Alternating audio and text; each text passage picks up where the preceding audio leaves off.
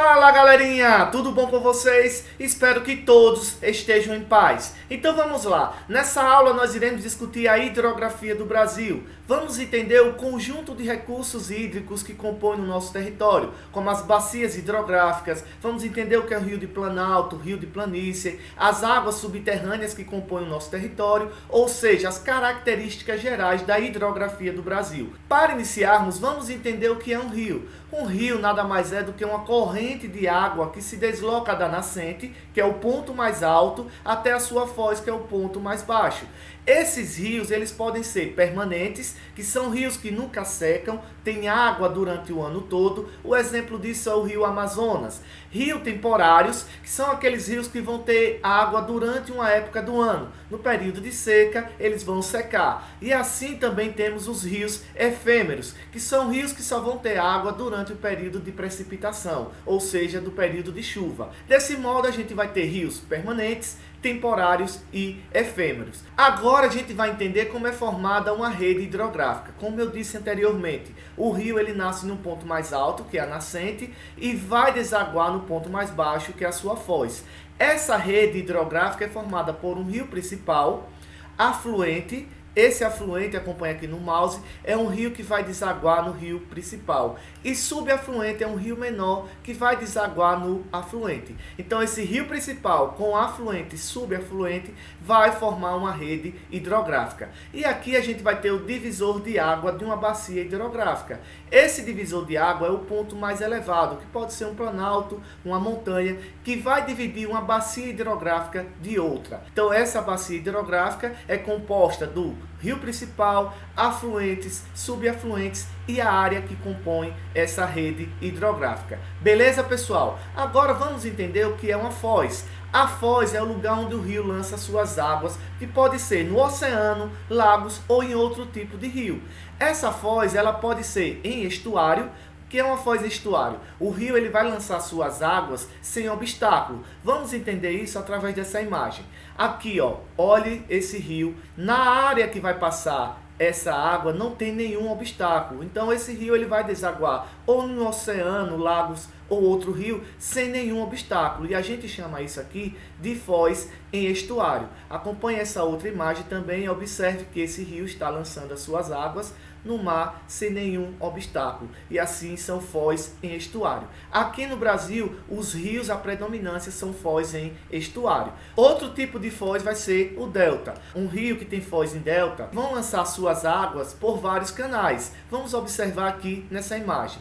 Então aqui, ó, tem o rio que vai lançar suas águas no mar e apresenta vários canais para chegar esse mar. Então essa foz, quando ela apresenta vários canais, são chamadas foz em delta. Aqui no Brasil a gente tem uma foz bem conhecida que é o delta do Parnaíba, que é no rio Parnaíba que fica entre o Maranhão e Piauí. Observe aqui nessa imagem que apresenta vários canais e é um rio bastante conhecido, o rio Parnaíba, que tem a sua foz em delta chamado delta do Parnaíba. Vamos agora entender o tipo de alimentação do rio. O rio ele pode ser alimentado de diversas maneiras. O primeiro que eu vou analisar aqui vai ser o pluvial, que são através das águas das chuvas. Aqui os rios brasileiros são alimentados através das águas das chuvas. Porém, tem outro tipo de alimentação que é pluvio-nival, que vai ser através do derretimento das geleiras e neves e água da chuva. Um exemplo desse rio aqui no Brasil vai ser o rio Amazonas. Ele nasce na Cordilheira dos Andes, lá no Peru. Então, o primeiro tipo de alimentação do rio Amazonas vai ser o derretimento das geleiras que tem naquela região. Quando entra no território brasileiro, ele vai ter outro tipo de alimentação, que vai ser as águas das chuvas. Então, os rios brasileiros, a predominância vai ser a alimentação pluvial, ou seja, águas da chuva. A exceção vai ser o rio Amazonas, que é pluvio-nival, pelo derretimento das geleiras e neve e as águas da chuva. Outro tipo de alimentação vai ser nival ou glacial. Nesse tipo de alimentação, os rios só vão ter o derretimento de geleiras e neve para abastecer esse rio. Beleza, pessoal? Agora vamos entender os tipos de drenagem do rio. O rio ele pode desaguar tanto no mar como no lago ou em outro rio. Quando esse rio ele deságua no mar, a gente chama isso de drenagem exorreica, porque as águas do rio correm para o mar. Já a drenagem endorreica é quando o rio ele corre para outro rio ou lago. E a drenagem arreica é quando o rio não tem direção certa, ele desaparece por evaporação ou infiltração. Aqui no Brasil a gente vai ter como predominância os rios que têm drenagem exorreica. Beleza, pessoal? Vamos ver aqui essa imagem de uma drenagem exorreica e endorreica. Olhando essa imagem, esse rio está passando direto para o mar, então aqui a drenagem é exorreica. Nessa outra imagem aqui, esse rio está desaguando em outro rio e a drenagem aqui é endorreica. Agora vamos entender o que é um rio de planalto e rio de planície. Os rios de planalto são aqueles rios que vão ter declínio, queda de água. Aqui no Brasil a gente tem vários rios que apresentam quedas de água. E assim, nosso território, 65% da energia elétrica é gerada através de usinas hidrelétricas. Por quê? Essas usinas hidrelétricas, elas são construídas em locais que têm rios de planalto, para aproveitar a queda d'água, para acionar as turbinas e assim gerar energia elétrica. Já os rios de planície, eles estão em regiões mais ou menos planas e são rios navegáveis. Agora vamos discutir as bacias hidrográficas que compõem o nosso território. Vou destacar a Amazônica, Tocantins, Araguaia, Paraná e São Francisco. Para iniciarmos, vamos ver a bacia amazônica. Essa bacia é a mais extensa do Brasil, porém ela abrange terras que vão além do nosso território, como terras da Colômbia, Venezuela, Equador, Guiana, Peru e Bolívia, formando a maior bacia fluvial do mundo. Nessa bacia, ela vai drenar 45% do território brasileiro. E o rio principal é o rio Amazonas. Esse rio, como eu falei anteriormente, ele nasce na Cordilheira dos Andes, no Peru. Quando chega aqui no Brasil, ele vai ter outra denominação, chamado Solimões, porém, quando ele encontra com as águas do Rio Negro, próximo ao Amazonas, é que ele é chamado de Rio Amazonas. Essa bacia, ela tem o maior potencial hidrelétrico do Brasil.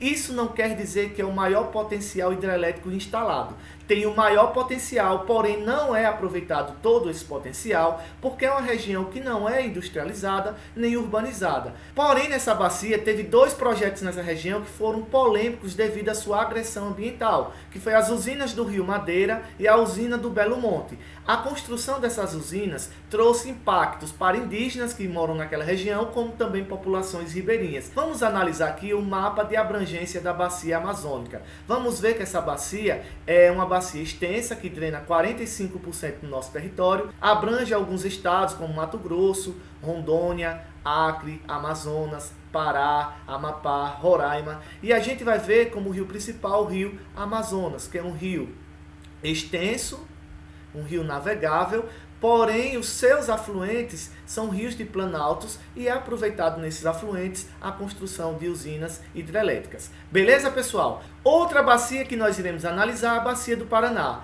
Essa bacia ela vai estar localizada na região sudeste e sul do Brasil.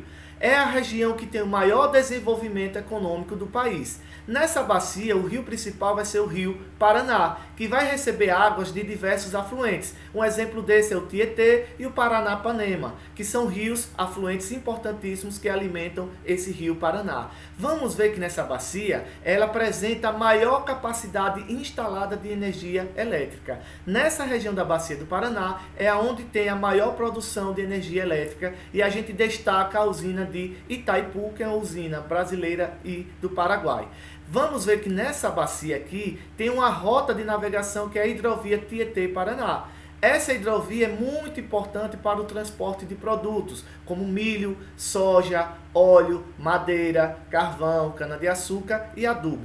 Vamos olhar aqui no mapa, essa hidrovia Tietê-Paraná. Aqui eu tenho o rio Paraná, a usina hidrelétrica de Itaipu, e esse rio aqui vai ter algumas usinas, como a Porto Primavera também, outra usina aqui, Jupiá, e o rio Tietê formando a hidrovia Tietê-Paraná, importantíssima nessa região para o transporte de produtos. Agora vamos analisar a região de abrangência da bacia hidrográfica do rio Paraná. Ele vai estar aqui ocupando áreas de Santa Catarina, Paraná, São Paulo, Goiás, Minas Gerais. Então, é a região mais desenvolvida do país e mais ocupada. Agora vamos analisar outra bacia, que é a bacia Tocantins-Araguaia. Essa bacia é a maior bacia hidrográfica inteiramente brasileira.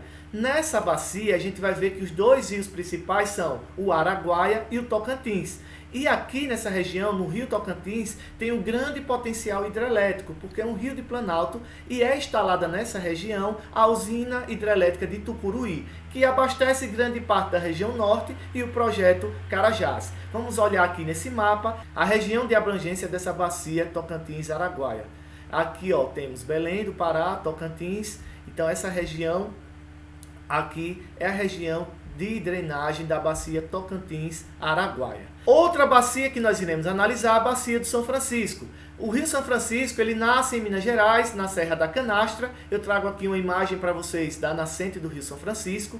Essa bacia, ela ocupa 7,5% do território nacional. E vamos ver que o Rio São Francisco é um rio perene, ou seja, é um rio que tem água durante o ano todo, e é navegável de Minas Gerais até a Bahia. Então é um rio que apresenta um trecho de navegação, porém a sua maior parte são áreas de planalto. E nesse Rio São Francisco foram construídas várias hidrelétricas, como a de Três Marias em Minas Gerais, Sobradinho em Pernambuco, Itaparica, Paulo Afonso e Xingó. Vamos ver algumas imagens dessas usinas. Aqui a de Três Marias em Minas Gerais, temos aqui a de Itaparica em Pernambuco, a de Paulo Afonso, a usina hidrelétrica de Paulo Afonso, e a usina de Xingó. Essas são algumas usinas instaladas ao longo do curso do Rio São Francisco. Beleza, pessoal? Agora vamos ver como o Brasil tem um grande potencial hidrelétrico e utiliza esses rios de planalto para construir usinas hidrelétricas. A gente vai ver que essas usinas trazem impactos socioambientais. Um desses impactos vai ser a diminuição da vazão dos rios, ou seja, a diminuição da água no leito desses rios, que vai causar o quê? O aumento da erosão dos solos nas zonas costeiras e assoreamento desses rios, trazendo também como impacto o aumento da salinidade do solo.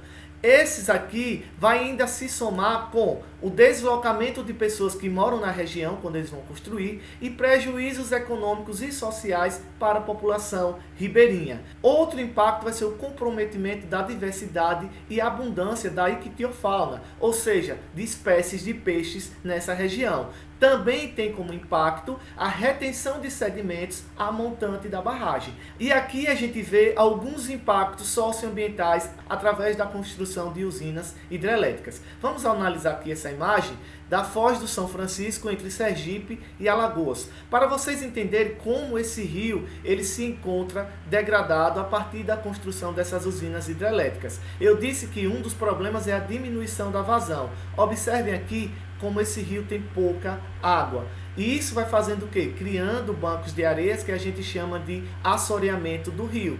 E esse rio, como ele vai perdendo a vazão, o que acontece? A água do mar ela avança, onde é a área do rio, e vai causando a salinidade do solo nessa região, prejudicando economicamente a população ribeirinha. Outro problema, como eu falei, vai ser a retenção de sedimentos a montante. Como esse rio é represado, os sedimentos eles ficam nessa parte aqui. E ele vai diminuindo esse sedimento, prejudicando a diversidade e a abundância de peixes nessa região. Beleza, pessoal? Agora a gente vai analisar as águas subterrâneas no território brasileiro. Eu trago como destaque o Aquífero Guarani e Alter do Chão. O Aquífero Guarani ele abrange terras do Brasil, Paraguai, Argentina e Uruguai. Está em uma área mais desenvolvida do país e habitada. Por isso apresenta hoje um alto grau de poluição, devido aos metais pesados da indústria, pesticidas que é utilizado na agricultura e o lixo urbano.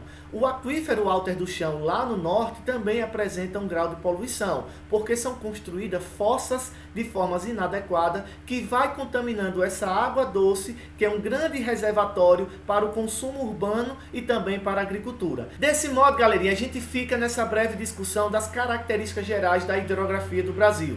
Assim, utilizem a aula, leiam os textos, fiquem em paz e um abraço a todos.